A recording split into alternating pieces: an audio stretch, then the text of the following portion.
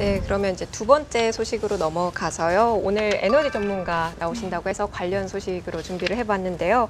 월스트리트 저널 기사였습니다. 그 멕시코가 에너지 시장 개혁법을 통과시켰다라는 내용의 기사였는데요.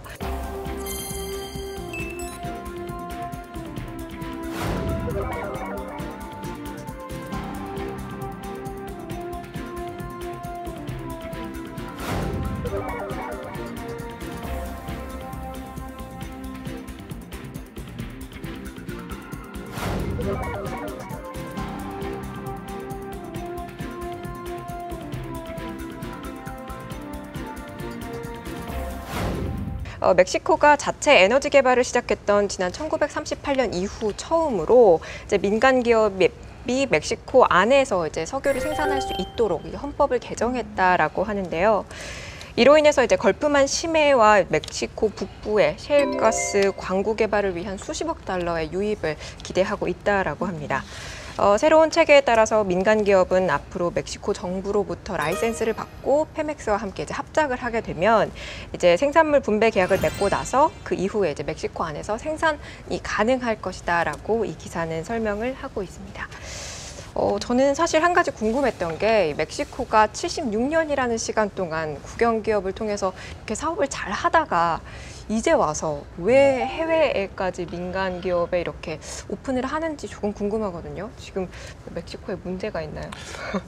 멕시코에 문제가 있다고 봐야죠. 그러니까 기존에 석유를 비싼 가격에 뭐 생산을 하더라도 사줄 곳이 있었던 반면에 미국이 수출 가게 하게 되면서 기본적으로 멕시코가 미국에 석유를 수출하는 5위 정도 됩니다.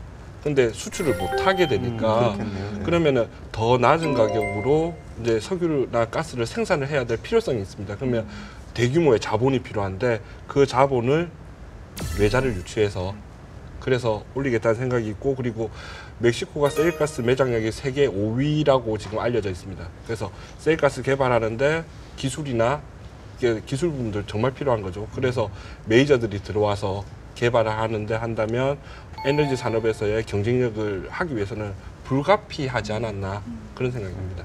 그 배럴이 지금 페맥스 같은 경우는 굉장히 많이 떨어지고 있잖아요. 예. 근데 그 이유가 그 매장량이 준 거인가요? 아니면은 그 기술력이 없는 건가요? 생산 시설의 노후화라고 보고 있습니다. 그래서 이번에 개혁을 통해서 투자를 할 때 목표가 30% 정도 생산량을 늘리고 하루에 한 350만 불 정도 350만 배럴 정도 생산을 하는 걸 지금 목표로 하고 있는데, 일단 뭐 규모의 경제다 보니까 많이 생산하는 사람이 결국 가격을 갖다가 뭐 하겠죠. 그리고 다른 나라는 뭐 90불에 파는데 뭐 멕시코는 뭐 세계 가격이 뭐 텍사스, 두바이, 블렌트가 정하기는 하지만 거기서 개별 계약을 했을 때 그 부분에서는 이제 협상 더 많은 이익을 얻으려면 어떻게든 낮은 가격으로 에너지를 생산하는 시대가 도래를 하게 됐습니다.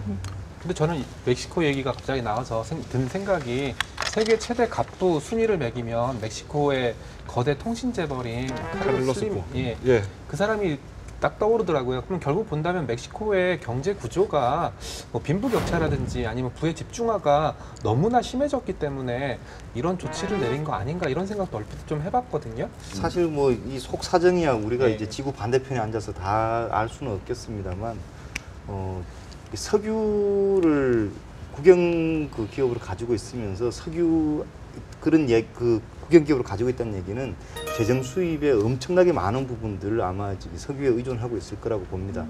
근데 석유에 재정 수입을 많이 의존하게 되면은 사람들이 저 공짜로 땅에서 판 거니까 나한테도 좀 줘, 이렇게 그 복지에 대한 수요가 굉장히 높아진다 그러더라고요.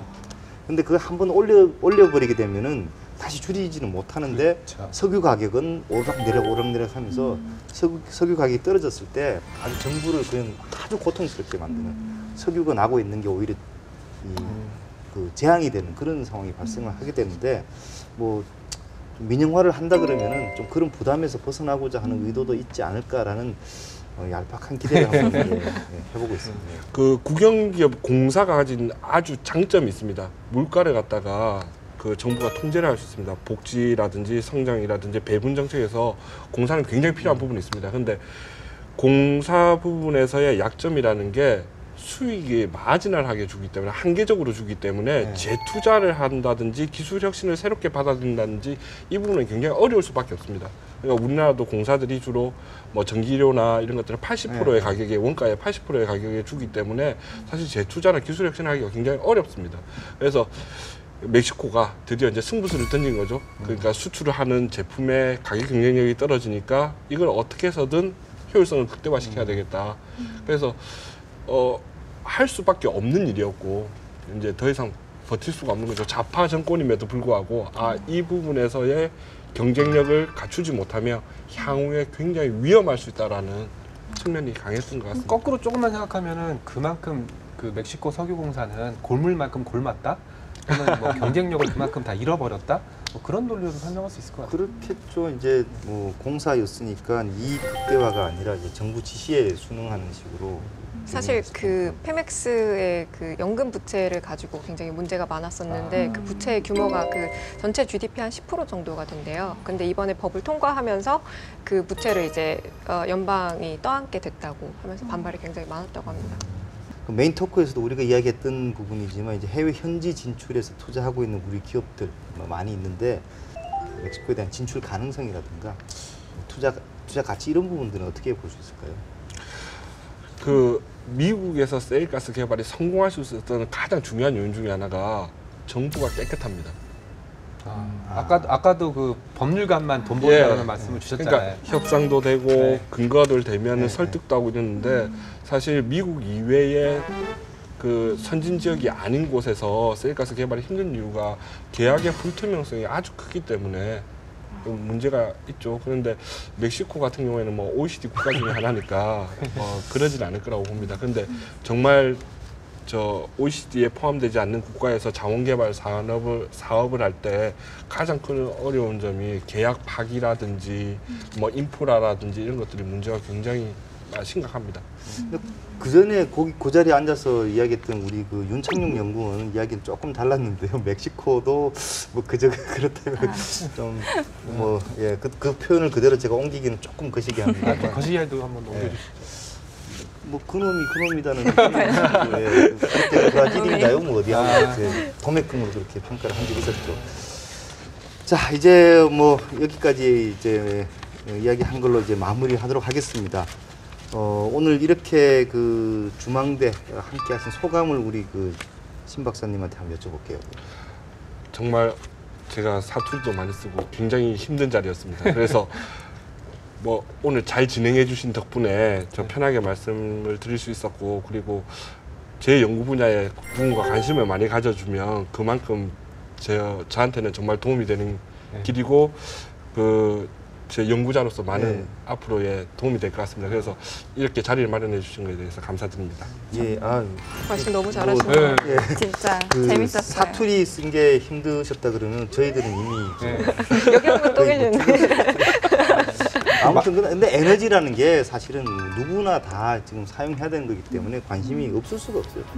엄청나게 관심이 많은 건데 오늘 에너지에 대해서 진짜 나오셔가지고 아주 우리가 궁금했던 부분들 흥미진진하게 설명해 주셔서 정말 저희도 감사드립니다. 너무 재밌었어요. 네. 그리고 이제 기름값 싸지고 있다는 소식 이런 부분들은 어쨌든 서민들한테 좋은 소식이죠. 그래서 어떤 종목 사야 돼요라고 얘기하면은 찬물을 훅 끼얹는 거겠죠. 그 이제 아이스 버킷 얼음으로 끼얹는데 그 완전히 $100 내고 그런 질문 해야 돼. 자 그러면 뭐 이제 이 정도로 마무리하도록 하겠습니다. 수고하셨습니다. 수고하셨습니다. 감사합니다. 예.